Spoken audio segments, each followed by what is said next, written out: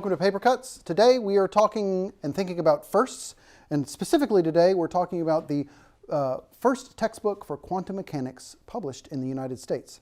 Published is kind of maybe the wrong word, because this is actually gray literature, which is one of the things that Linda Hall Library specializes in.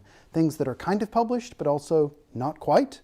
It's a whole gray area, ha ha ha. So today we're focusing on this item right here, titled Notes on Quantum Mechanics, Physics 221, Oppenheimer, 1939. So you probably picked up on the Oppenheimer part right there.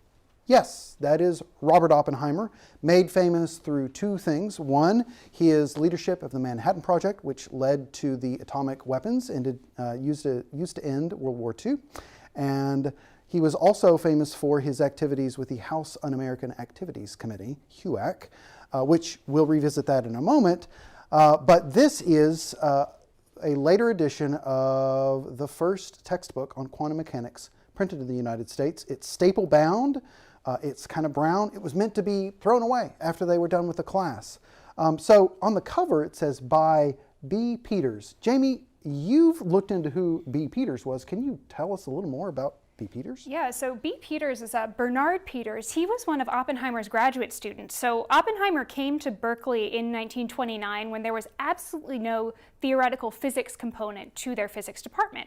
So Oppenheimer came in to build that, and this class is part of what came out of it. When he started, he had no notion that he would be teaching undergraduates. Surprise, he was, and he was terrible at it. He got better over time. This is from 1939, so he had about 10 years to hone his craft, and this is kind of a cumulative effort of refining and improving that class. And why it says B. Peters is because Bernard Peters, one of his graduate students, was the one who actually compiled the notes to use as a textbook for the course, because it was so dense and so complicated and would go off on so many tangents that there needed to be some kind of anchor. But there was no extant quantum mechanics textbook, certainly not in English. Peters has a really interesting story. He had come to the United States by way of Nazi Germany. He was very briefly in a concentration camp, and Oppenheimer himself encouraged Peters to go to Berkeley and be one of his physics PhD students. Oppenheimer had pretty good relationship with most of his students. It was a very convivial, exciting environment, but cut to 1945 when Oppenheimer was called before HUAC and is being forced to decide, is he going to give up his friends or is he going to be made an example of?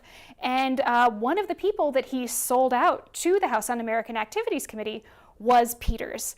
At the time, Peters was teaching at the University of Rochester. After Oppenheimer called him a communist before the United States Congress, Peters lost his job. And he went, he couldn't work anywhere in the United States, so he went to India after this. And this is one of his papers that he published while he was in India. This is in the Proceedings of the Indian Academy of Sciences, and this is a paper he published on cosmic rays with several of his Indian colleagues. He went on to have a pretty healthy career both in India and then later in Denmark, but he never worked in the United States again, and that was because of his one-time friend Oppenheimer. Very sad, very interesting story. So even though it's got Bernard's name on the cover, it is Oppenheimer's creation in essence. Okay, great.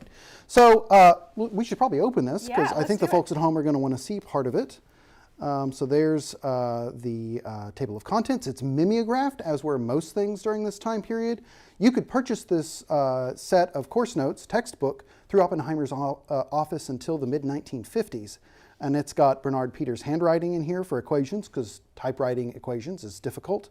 But the other interesting thing, this is one of fewer than 10 copies that we know of in existence for this item. It has the name Robert E. Connick here. And like you did with Peters, you looked into who Connick was, right? Yeah, so Connick had a very different story. He was another one of Oppenheimer's students. He started out as an undergraduate. He took this course in 1939 when he graduated from Berkeley. And here he's got his dorm room listed, which I think is kind of sweet. Connick had a great career after this. He wasn't subject to this communist witch hunt. And he actually